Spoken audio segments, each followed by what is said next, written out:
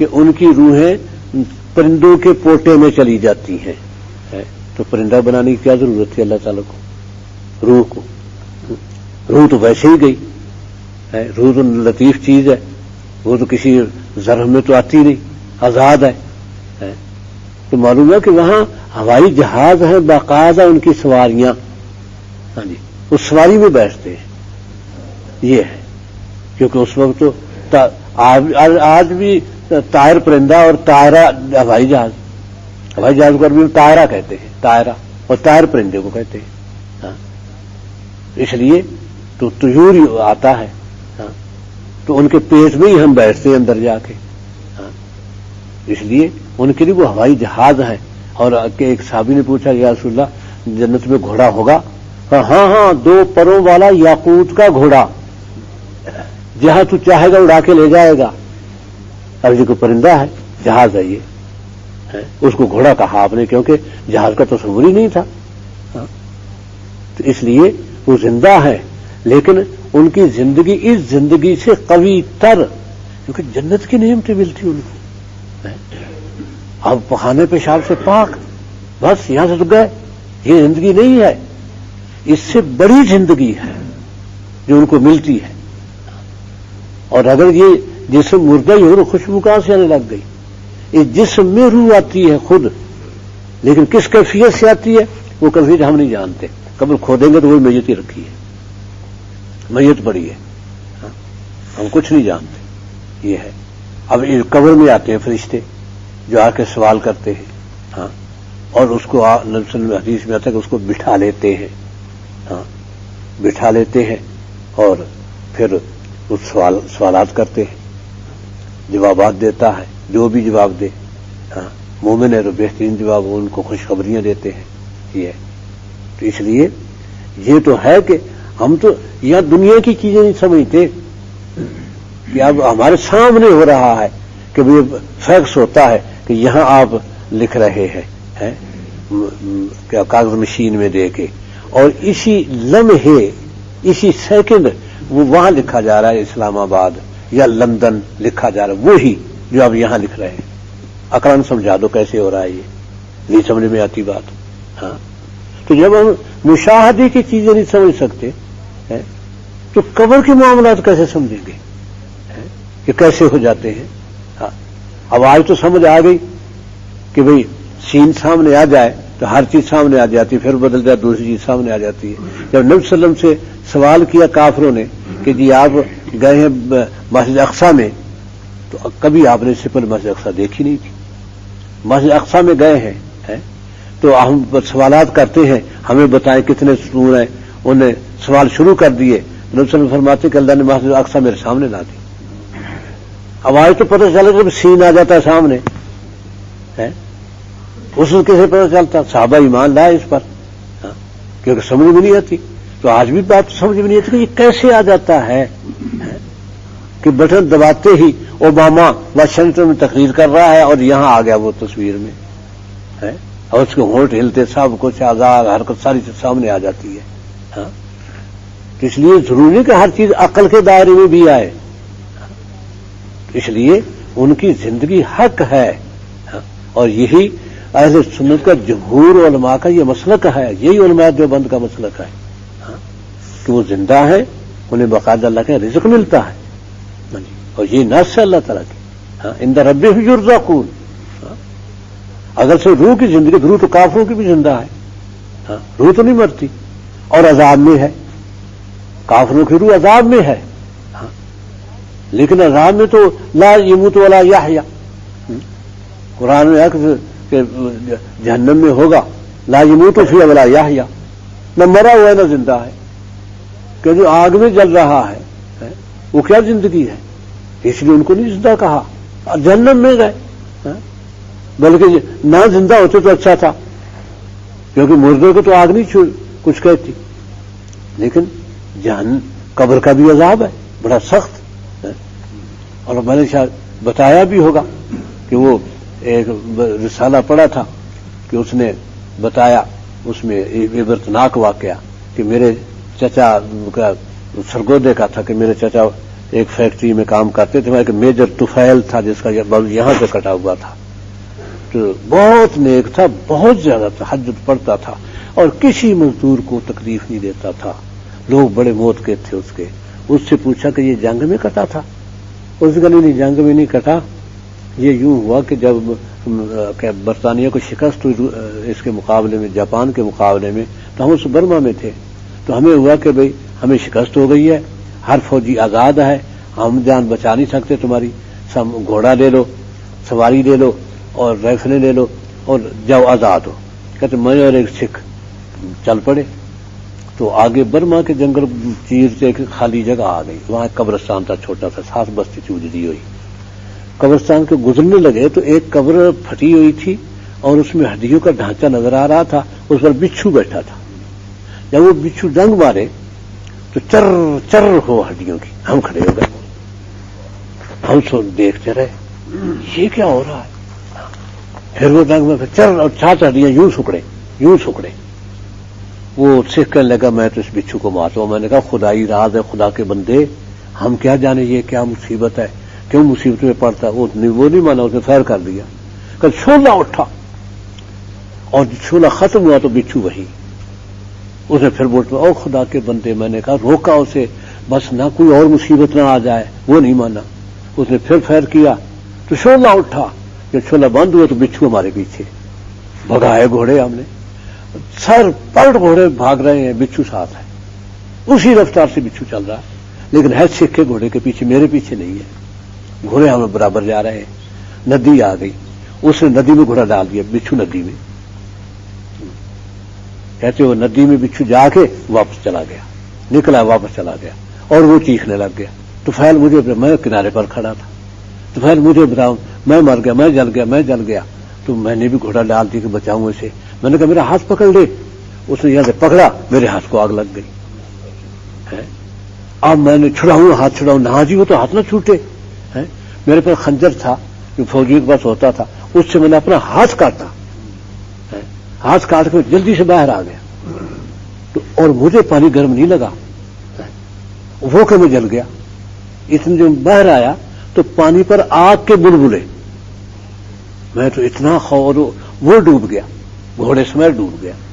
یہ ہے، میں وہاں سے بھاگا، آگے فوجی کیمپ تھا، وہاں آیا، خون بہ رہا تھا میرے، فوراً نے وہاں پٹی کی ٹھیک کیا، اور اس کے بعد انہوں نے باقاعدہ برطانیہ نے حکم جاری کیا کہ جو ساتھی، جو فوجی وہ آزاد ہو کے چلتے ہیں، انہیں راستے میں قبرستان آئے تو اس کے قریب نہ جائیں، گزر جائے کوئی تعرض نہ کرے، کہ باقاعدہ حکم جاری کیا۔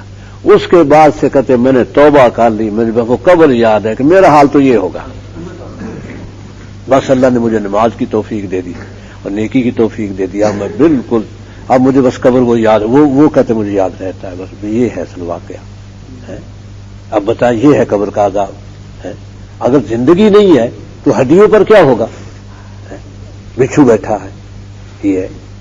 تو اس لیے ہمیں ان باتوں ہم نہیں سمجھتے کہ یہ کہہ دیں کہ جی وہ تو بس جی بے جان جی ہو ہی نہیں سکتا، یہ تو قبر کے عذاب کا بھی انکار ہو جاتا ہے۔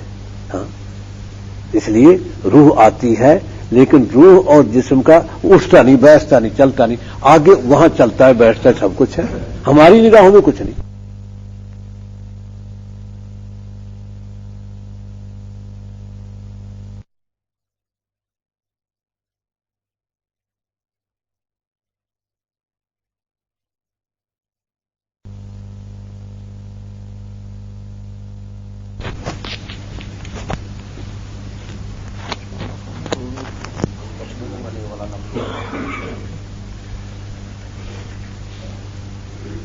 آیت 155 سورہ بقرہ۔ اعوذ باللہ من الشیطان الرجیم، بسم اللہ الرحمن الرحیم۔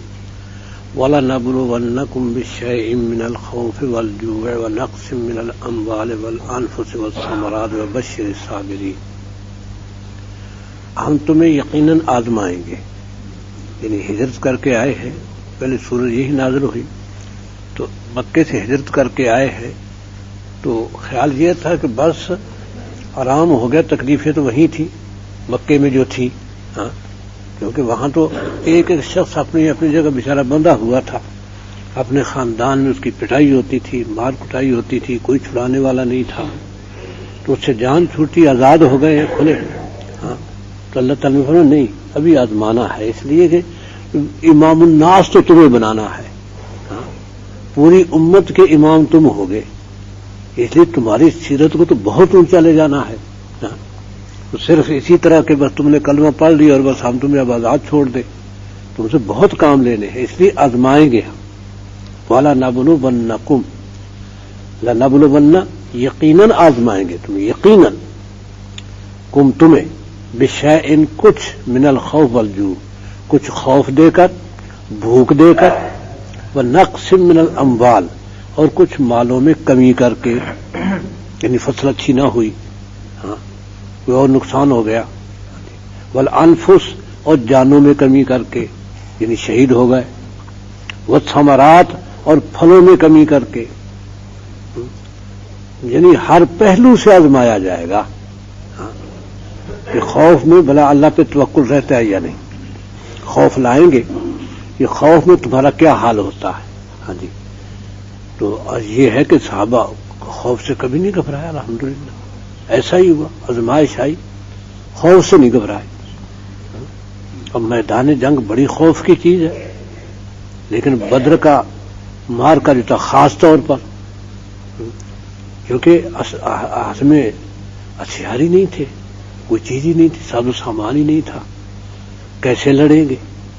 اور اچانک آ پڑی تھی بات، کیونکہ نبی صلی اللہ علیہ وسلم وہ ابو سفیان کا قافلہ چلا تھا مکے سے، تو مکے میں یہ طے ہوا تھا کہ ایک دم حملہ کرو، ان کی طاقت بڑھتی جا رہی ہے، طاقت بڑھنے سے پہلے ان کا خاتمہ کرو. اس مشورے کے بعد یہ ہوا کہ ایسا کرو، پہلے مناسب اسلحہ خریدو، اور ہمیں پتہ نہیں کتنا وقت لگے، پیچھے گھر کے اخراجات بھی تو ہیں، مہینہ لگتا ہے، 2 مہینے لگتے ہیں، کتنا وقت لگتا ہے، کیونکہ ہم تو فیصلہ کر کے ہی آئیں گے ان کا، اس وقت تک گھروں کے اخراجات کا بھی معاملہ ہے، اس لیے پہلے ساز و سامان تیار کرو. اس کے لیے انہوں نے ایک قافلہ ابو سفیان کی سرکردگی میں بھیجا. تو یہ قافلہ 40 افراد پر مشتمل تھا، بڑا قافلہ تھا، اور پورے مکے کا کوئی خاندان ایسا نہیں تھا جس نے اپنا سرمایہ ان کے حوالے نہ کیا ہو. ہاں جی تو بہت بڑا تجارتی قافلہ تھا. اب ظاہر ہے کہ یہ نرا تجارتی نہیں ہے، بلکہ یہ جنگی قافلہ ہے. ہاں اس لیے جب یہ قافلہ گزرا تو یہ کہ واپسی پر اس قافلے کو لو، آپ نے یہ فیصلہ فرمایا، واپسی پر اس قافلے کو لو. اس میں صحابہ کو بڑی پریشانی ہوئی. ایک تو ہماری تیاری نہیں ہے، اسلحہ نہیں ہے، کیونکہ اس قافلے کو لینے کا مطلب ہے کہ پورے قریش کو چڑھا دینا، اور پورا عرب ہمارے خلاف اٹھ کھڑا ہوگا. جب قریش اپنی مظلومیت کی داستان سنائیں گے کہ دیکھو جی ہمارے ساتھ کیا ہوا، ہمارا تو راستہ ہی بند ہو گیا، تجارتی قافلہ گیا وہ لوٹ لیا گیا. تو وہ پورا عرب کہ بھئی کیا قصور تھا ان کا، مکے والوں کا، اگر کیوں انہوں نے قافلہ لوٹا، اس کا مطلب تو لٹیرے ہیں، یہ تاثر پیدا ہوگا. اس لیے صحابہ میں شرح صدر نہیں تھے اس قافلے کے لیے. ہاں تو آگے سورہ انفال میں آئے گا کہ اس قافلے کی طرف جاتے ہوئے صحابہ پریشان تھے، اور ایسے لگتا تھا جس کے موت کی طرف دھکیلا جا رہا ہو انہیں. کانہم یساقون الی الموت، ایسے تھا. تو اور سب احتجاج کرتے تھے کہ یہ قافلہ ہمارے موافق نہیں. آپ نے فرمایا نہیں، اس کے لیے جانا ہے. اب نبی صلی اللہ علیہ وسلم کی رضامندی پر چل پڑے. جب 2-3 منزل پر گئے ہیں تو ادھر مکے والوں کو بھی پتہ چل گیا. ابو سفیان کو بھی جاسوس نے بتا دیا کہ آپ کا راستہ روک لیا گیا. انہوں نے فوراً مکے اطلاع پہنچائی ہمارا راستہ روک لیا گیا. تو ابو جہل لشکر لے کے چڑھ گیا. یہاں ابو جہل مکے کا سردار نہیں تھا، اس لشکر کا سردار ضرور تھا، کیونکہ باقی مکے والوں کو بھی شرح صدر حاصل نہیں تھا کہ ایسے ابھی تو وہ قافلہ ادھر ہے، جناب کافروں کو بچاؤ کا تو الگ بات ہے، لیکن جنگ نہیں ہونی چاہیے، کوئی ایسی صورت کرو. وہ یہ سمجھتے تھے کہ ایک دفعہ قافلہ صحیح سالم آ جائے. ابو جہل کہہ رہا تھا بس جنگ. ہاں جی، اس لیے اس نے جو نہیں جاتا اس کو تانے دیے جہاں جا کے. اب تو تانا کون سنے، لہٰذا سب تیار ہو گئے، لشکر چل پڑا. تو آپ نکلے تھے اس لیے کہ قافلہ پکڑیں گے.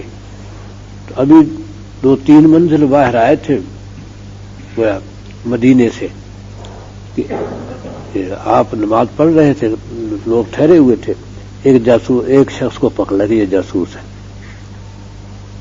اس سے پوچھا کہ بھئی بتا قافلہ کہاں ہے؟ وہ کہ جی قافلے کا تو پتہ نہیں، ابو جہل کا لشکر تو ادھر سے آ رہا ہے، اس کو مارنے لگ جائے. غلط کہتا، جھوٹ بولتا. اب لشکر کا کیا مطلب، قافلہ کا. وہ اچھا آپ بتاتا ہوں. ہاں بتا کہ جی یقین مجھے نہیں پتا، لشکر ادھر سے آ رہا ہے. اتنی آپ نے سلام پھیرا. آپ نے کہا عجیب بات ہے، سچ بولتا تو پٹائی شروع کر دو، جھوٹ بولتا چھوڑ دیتے ہو. بڑی اچھی بات ہے، یہ بات وہی سچی جو کہہ رہا ہے، ابو جہل کا لشکر آ رہا ہے، یہ اس کو چھوڑ دو. پھر اس بیچارے کی جان بچی. کوئی دیہاتی سے پکڑ لیا، جاسوس تو نہیں تھا، وہ تو اپنی دانش بتاتا تھا کہ ابو جہل کا لشکر آ رہا ہے، میں نے دیکھا. ہاں جی، اب آپ نے مشورہ کیا، یہاں مشورہ کیا.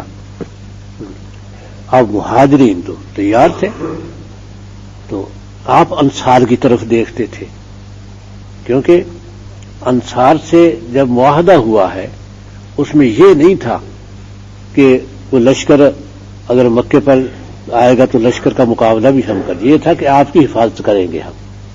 ہاں جی، لیکن آپ کے ساتھ نکل کے جنگ بھی لڑے مدینے سے باہر، مدینے پر اگر کوئی حملہ آور ہوگا تو دفاع کریں گے. یہ جب انصار نے دیکھا تو ہماری طرف دیکھتے ہیں.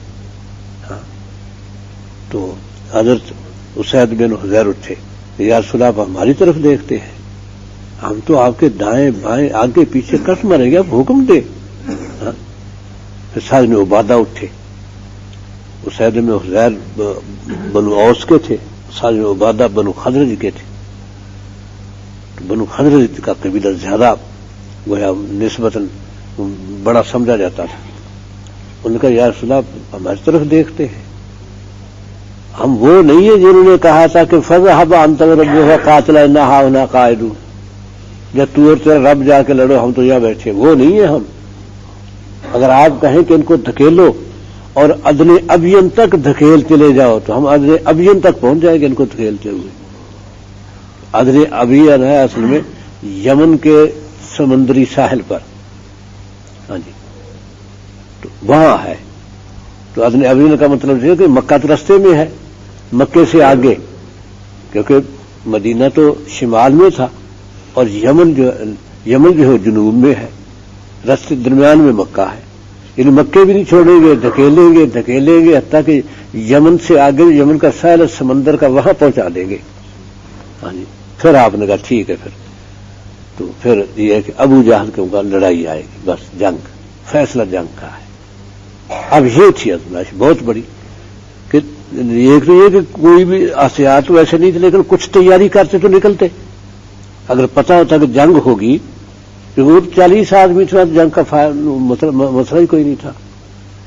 لیکن اگر یہ معلوم جنگ ہوگی تو گھر سے کچھ تو تیاری کی ہوتی، کچھ بھی نہیں تیاری کی. کوئی اسلحہ لے کے نہیں چلے، کہ کم از کم تلوار تو ہر گھر میں ہوتی ہی تھی. ہاں، تو تلوار ہی لی ہوتی، ایسے ہی چل پڑے. اب یہاں کچھ بھی نہیں، اور اس حال میں میدان میں اترے. بہت بڑی آزمائش تھی. ہاں، تو اس لیے پھر سورہ انفال میں اللہ تعالیٰ نے ساری تفصیلات بتائی ہیں، تمہارے ساتھ اللہ نے کیسی نصرت کی، کیسے تمہارے بے سارا سامانی کا حالت کیسی تھی تمہاری، اللہ کی مدد پھر کیسے آئی، کیسے ہم نے کفار کو شکست دی. تو بہت بری شکست ہوئی، ایسی کہ مکے والوں کی سمجھ میں نہیں آتا تھا کہ ابو لہب اور امیہ بن خلف کا بیٹا صفوان، تو یہ نہیں آئے تھے جنگ میں، کہ امیہ آیا تھا صفوان کا والد اور صفوان نہیں آیا تھا. یہ باہر پہاڑی پہ آ کے بیٹھ جاتے کہ کوئی آتا مدینے سے، کھڑے ہو کے دیکھتے کہ بس کیونکہ ایک دن کی بات ہے، جائیں گے اور ان کو باندھ کے لے آئیں گے، ان کے پاس کون سی طاقت ہے. یہ تھا، یہ تو 1000 کا لشکر تھا. اور ادھر تو 1000 تو نہیں تھے، کل 350 ہی تھے. کچھ صحابہ نہیں بھی آئے تھے کہ ان کا ضرورت تو نہیں ہے تو قافلے کے لیے جا رہے ہیں، کون سی کوئی جنگ ہونی، اس لیے بعض صحابہ نہیں بھی آئے تھے. تو اور اتنے